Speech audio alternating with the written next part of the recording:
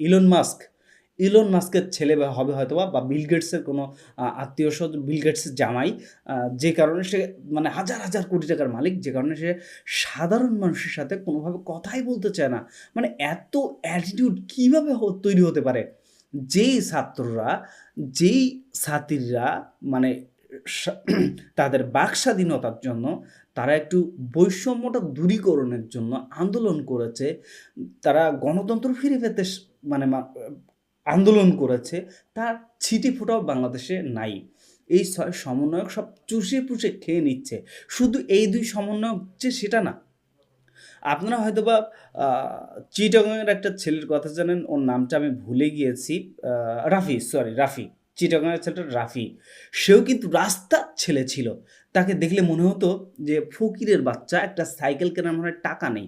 অথচ সে এখন গাড়ি চড়ে বেড়ায়। ৩-৪ কোটি টাকা দামের গাড়ি। এত টাকা, এত টাকার দামের গাড়ি তারা কোথায় পেল? কোথা থেকে আসলো? তাদের ইনকামের উৎস কি? মানে এগুলো যদি আ মানে এখন বাংলার জনগণ না দেখে তাহলে আর কবে দেখবে? কবে দেখবে জানেন? আমাদের যে দুর্নীতি দমন কমিশন আছে, আমি এই দুর্নীতি দমন কমিশন নিয়ে কিন্তু একবার কথা বলেছিলাম। কিন্তু আমার ভিডিওতে কোনো সাড়া পড়েনি।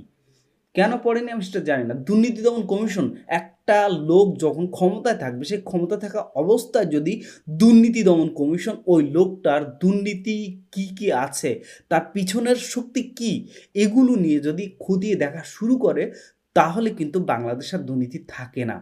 যেহেতু এই মানুষটা মানে কোটি, কোটি টাকা, হাজার, হাজার কোটি টাকা খরচ করছে, ব্যয় করছে, বিলাসবহুল জীবনযাপন করছে।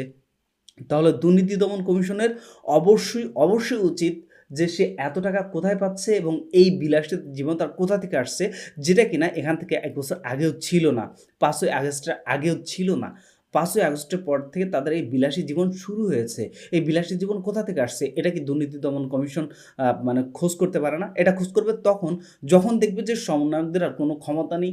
তারা এখন মেরুদণ্ডহীন, তখন তাদের পিছনে লেগে যাবে যে এত টাকা কোথায় পেয়েছো? এত টাকার গাড়ি চড়েছো?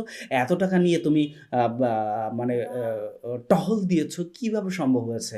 এগুলো তখনই দেখবে যখন সমন্বয়কদের হাতে আর কোনো ক্ষমতা না থাকবে।